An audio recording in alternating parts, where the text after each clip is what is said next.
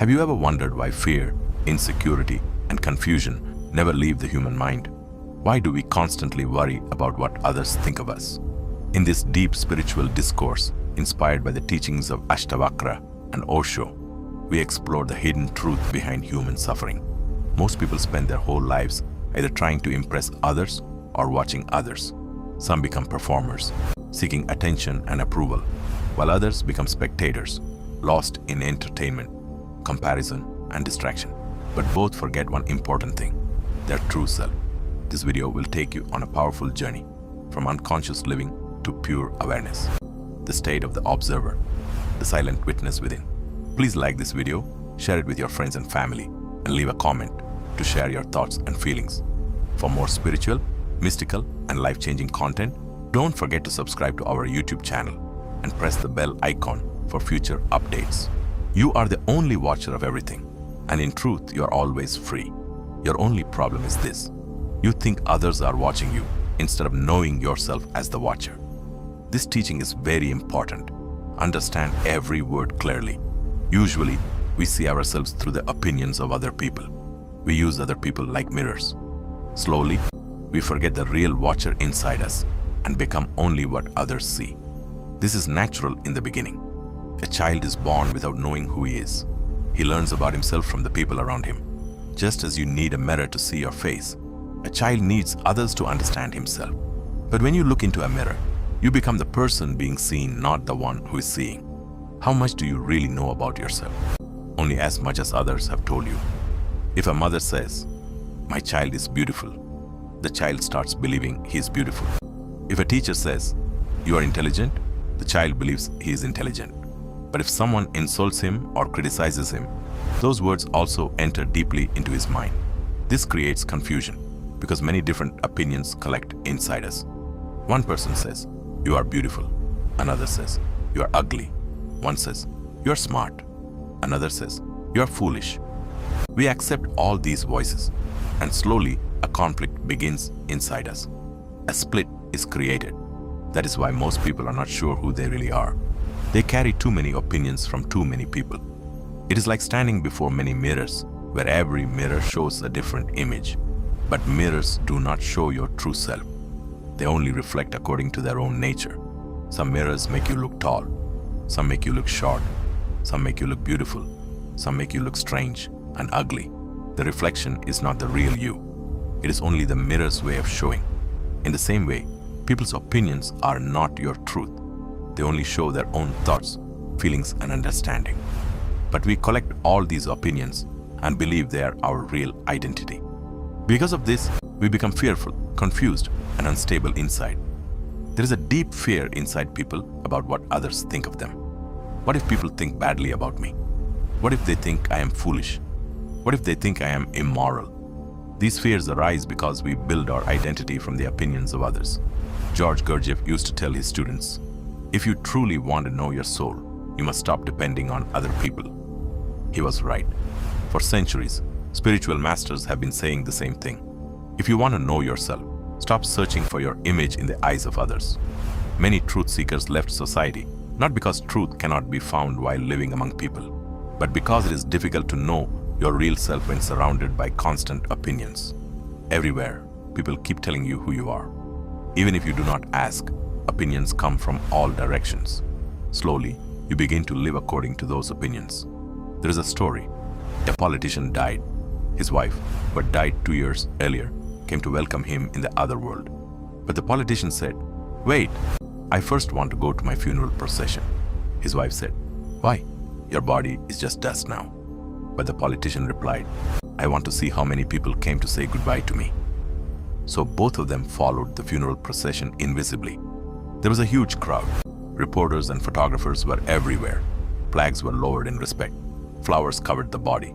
Soldiers walked beside the procession, and the body was carried with honor on a military truck. The politician became very emotional. His wife asked, "Why are you so happy?" He answered, "If I had known that so many people would come after my death, I would have died much earlier. I spent my whole life waiting for this crowd." People live for the crowd, and sometimes they even die for the crowd. The opinions of others become so important that people forget to ask themselves, Who am I really? They collect the words of others and create a false image of themselves. But this image is never stable because people's opinions keep changing. Someone may call you a good and virtuous person, but often it is only flattery. People praise others for their own reasons. Sometimes they call a bad person good or an ordinary person great just to gain something. That is why flattery works so easily. Even a foolish person becomes happy if someone calls him intelligent, because deep inside he does not truly know himself. He depends on others to define him. So one person says, "You are beautiful." Another says, "You are ugly." One says, "You are good." Another says, "You are bad." All these opinions keep collecting inside you. Then your whole life becomes confused, like a cart being pulled in different directions by many bullocks at once. The cart cannot move properly. It only gets dragged and exhausted. In the same way, a person who depends on the opinions of others becomes tired, confused, and lost. He never reaches peace. The sutra says, "You are the one observer of all, and in truth always free." Your true nature is the watcher, the observer, not the object being judged by others. There are three kinds of people. The first kind are those who only want others to look at them. They want attention, praise, and admiration. These people live in deep ignorance because they have forgotten their true self. The second kind are the spectators, the people who only watch others. The third kind are the observers, those who become aware of themselves and simply watch life with consciousness. It is important to understand the difference between these three types clearly. When a person becomes something to be watched by others, he slowly loses his true self. He becomes like an object, not a living soul. For example, it is difficult to find real inner truth in many politicians or actors because their whole life becomes focused on impressing people. Their main concern is, how do I look? How can I appear better than others? How can I gain more praise? Their effort is not to truly become better, but only to appear better in the eyes of people. Such a person slowly becomes fake. He hides behind masks. Outside he may look successful, beautiful, or respectable, but inside he may feel empty and unhappy. The second type are the spectators. These are the majority of people. Naturally, performers need spectators. A politician needs followers and people to clap for him. A singer needs listeners. A dancer needs an audience. So one group keeps performing and another group keeps watching. Today, many people have become only spectators. They spend hours watching television, movies, sports, and entertainment. They watch football, cricket, wrestling, and endless shows. Life passes in front of them, and they simply keep watching. Very few people truly participate in life. To actively live requires courage, effort, and struggle. Watching is easier. If there were no spectators, performers would also disappear. Imagine a leader shouting slogans with no followers around him. He would look foolish. Imagine a cricket match with no audience. The excitement would disappear because much of the energy comes from the crowd watching. Human beings have become so attached to watching others that they even gather to watch horses race. No horse would ever sit and watch humans running, but humans spend their time watching horses. In this way, man sometimes falls below animals. Most people spend life only watching. They do not truly love. They watch love stories in films. They do not dance. They watch others dance. They do not sing. They listen to others sing. Slowly their own life energy becomes weak. There is no flow, no creativity, no deep living. They become passive, almost lifeless, sitting and only watching others live. So the world becomes divided into two groups, those who perform and those who watch. Psychologists say many human problems exist in opposite pairs. One type of person enjoys hurting himself. This is called masochism. Another type enjoys hurting others. This is called sadism. These opposite types often attract each other because each one fulfills the other's need. Psychologists even joke that a perfect match is when a cruel husband marries a woman who enjoys suffering. One likes to control and hurt, while the other accepts pain. In a strange way, they fit together perfectly. This shows how unconscious human relationships can become when people do not truly know themselves. The sutra reminds us again, do not become a performer trying to impress others. Do not become a spectator only watching life. Become the observer, the aware witness within. That is where freedom and truth are found. Every mental problem has two opposite sides. The performer and the spectator are two sides of the same problem. Usually, women enjoy being looked at, and men enjoy looking. Psychology says many women like to attract attention and show themselves beautifully. Their interest is often in appearance and display. There is a funny story about Mullah Nasruddin. One day Nasruddin was killing flies because there were too many in the house. He was standing near a mirror when he said, "Look, these two flies must be female." His wife asked, "How can you tell whether they are male or female?" Nasruddin replied, "They have been sitting on the mirror for a long time. They must be female. Why would male flies stay near a mirror?" The story humorously points toward human behavior. Many women spend a lot of time in front of mirrors, choosing clothes, wearing jewelry, decorating themselves, and preparing their appearance. And strangely, if nobody notices them, they may feel disappointed because so much effort was made to be noticed. Often, women do not dress up as much at home because there is no longer the excitement of attracting attention there. But when going outside, they may spend much more time preparing because there will be people watching. Psychologists say men are often more interested in watching, while women are more interested in being seen. That is why men and women easily attract each other. One wants to look, the other wants to be looked at. But both of these states are unhealthy if they become unconscious habits.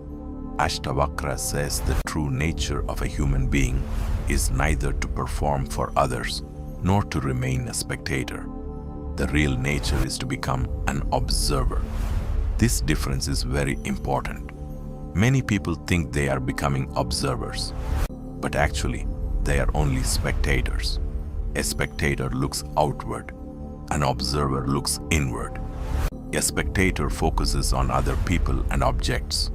An observer becomes aware of himself. This is a very deep difference. When your attention is completely on something outside you and you forget yourself, you are a spectator. But when all outside distractions disappear and only awareness remains, when you are fully conscious of yourself, then you become an observer. For example, when people watch movies, they often forget themselves completely for hours. They forget their worries, problems, stress, and even their sense of identity. That is why people are attracted to entertainment. Life feels heavy and difficult, so they want something that helps them escape from themselves. While watching a film, people become fully absorbed. Even though only moving shadows appear on a screen, people give them complete attention. For a while they forget their fears, pain, old age, and even thoughts of death. But this is not awareness. In the movie theater, you do not become an observer. You become a spectator. You lose yourself instead of becoming conscious of yourself.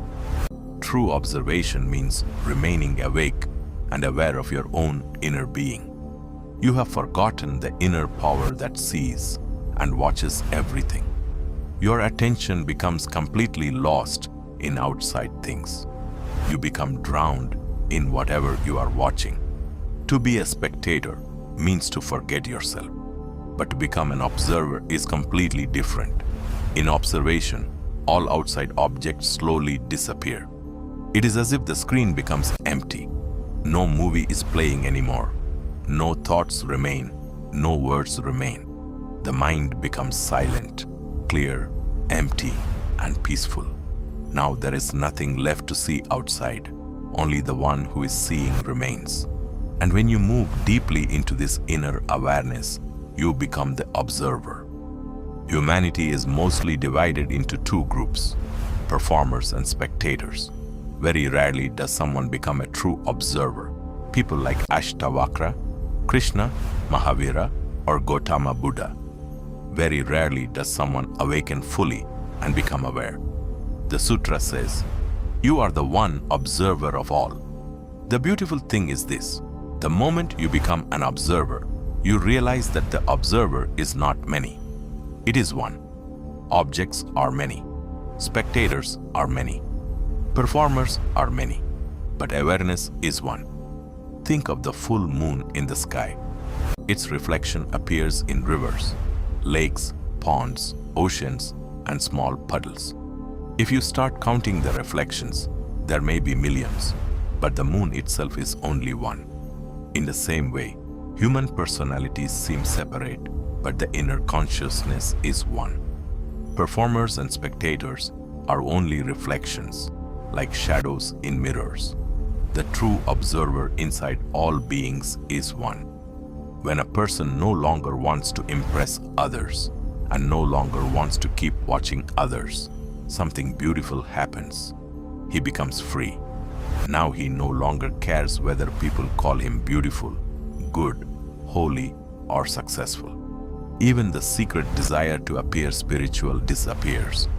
If you still secretly hope people think you are religious or virtuous, then you are still trapped in the same old game. Only the form has changed, but the ego remains the same. The world continues through this constant desire to show and to be seen. But what real happiness has come from all this watching and displaying? You have seen thousands of things in life. What lasting peace did it give you? And by trying to impress others, what true fulfillment have you gained? When both these habits are dropped, showing and watching, then a person enters the observer within, and there he discovers oneness. There is a story about a king who built a palace full of mirrors. Mirrors covered every wall. One night, by mistake, the king's dog was locked inside the palace. The dog looked around and saw dogs everywhere. Every mirror reflected another dog. The dog became frightened and started barking, but every reflected dog barked back. The barking echoed everywhere. The dog became more afraid. All night he kept barking, attacking the mirrors, running in fear and hurting himself. By morning he was dead, covered in blood. But the truth was simple. There had never been another dog there. Only reflections existed. This story is also the story of human beings. We become afraid of others, fight with others, compete with others, and suffer because we think the other is real. But deep inside, existence is one. Only when you discover the observer within yourself will you understand this truth.